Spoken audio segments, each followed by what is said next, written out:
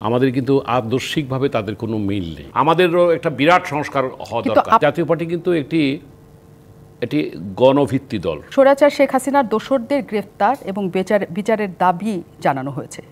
আপনারা কি এই খবরটা জানেন? জাতীয় পার্টি কিন্তু একটা রাজনীতি তারা বহন করে, সেটা হচ্ছে বাংলাদেশি জাতীয়তাবাদ এবং ইসলামিক মূল্যবোধ।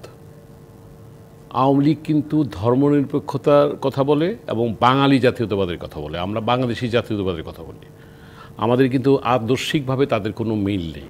কৌশলগত কারণে রাজনীতি হচ্ছে কৌশলের খেলা। সেই প্রশ্নে নির্বাচনে 14, 18, 24-এ গিয়েছিল।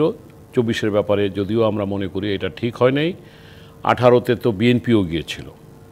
তো এখন জাতীয় পার্টির যদিও জি.এম. কাদেরের এই ভূমিকাকে কর্মীরা বিরোধিতা করেছে, সমালোচনা করেছে, আমরাও করেছি, কিন্তু তিনি তো আবার ক্ষমাও চেয়েছেন। এটাও তো বিবেচনায় আনতে হবে, নাম্বার 1।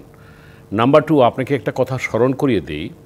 যেমন আমাদের অংশে আমাদের চেয়ারম্যান কাজী ফিরোজ রশিদের নেতৃত্বে 18ই জুলাই আমরা সংবাদ সম্মেলন করে দ্ব্যর্থহীন কণ্ঠে আমরা ছাত্র আন্দোলনকে, বৈষম্যবিরোধী ছাত্র আন্দোলনকে সমর্থন দিয়েছি। এবং 3রা আগস্ট আমরা বলেছি এই সরকার, বিশেষ করে ওবায়দুল কাদের সহ, ডিবি হারুন সহ, বিপ্লব সহ প্রত্যেকের পদত্যাগ এবং বিভিন্ন মন্ত্রীদের, স্বরাষ্ট্রমন্ত্রী সহ বিভিন্ন পদত্যাগ আমরা চেয়েছি।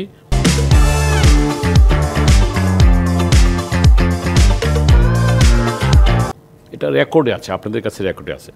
এখন যারা বলে যে জাতীয় পার্টির জি.এম. কাদের, হ্যাঁ, জি.এম. কাদের যে কাজটা করলে ভালো হতো, আপনার এই পয়েন্টে একমত যে উনি যদি এই আন্দোলনের 2 দিন আগেও পদত্যাগ করতেন তাহলে কিন্তু উনি হিরো হইতে পারতেন, যেটা উনি করেন নাই। যেটা আমরা 24-এ, যেমন আজকে জাতীয় পার্টির আমার মতো অনেকে আছে যারা 14, 18, 24 কেউ নির্বাচন করেন। আমাদের মধ্যে আবার অনেকে করেছে, 14-তে করেছে, 18-তে তো অন্য কথা, সেখানে বিএনপিও করেছে। এখন বিএনপিকে কি আপনি এই ক্ষেত্রে কি দোষর বলবেন, তারা যে 18 সনে করেছিল? তো সুতরাং জি.এম. কাদের সম্পর্কে যে কথাটা বলে, আমার মনে হয় এইটা রাজনৈতিক কারণে জাতীয় পার্টিকে, কারণ জাতীয় পার্টি কিন্তু এটি গণভিত্তি দল, সংখ্যা যাই হোক। আর আমরা কিন্তু নির্বাচনী দল বিধায় আমরা বিভিন্ন নির্বাচনে গেছি। হ্যাঁ, সেটা যদি জনগণের অনুভূতিতে আঘাত লাগে, সেই জন্য ক্ষমা চেয়েছে জি.এম. কাদের সাহেব। আর আমাদেরও বক্তব্য স্পষ্ট যে আমরাও চাই, শুদ্ধি চাই, সংস্কার চাই। আমাদের যে গত সম্মেলনটা হলো, আমাদের সেখানে কাজী ফিরোজ রশিদ, আমরা কিন্তু দ্ব্যর্থহীন কণ্ঠে বলেছি যে এই জাতীয় পার্টি গণতান্ত্রিকভাবে চলবে। আমরা সেই গণতান্ত্রিক জাতীয় পার্টিটাকে গড়ে তুলতে চাই।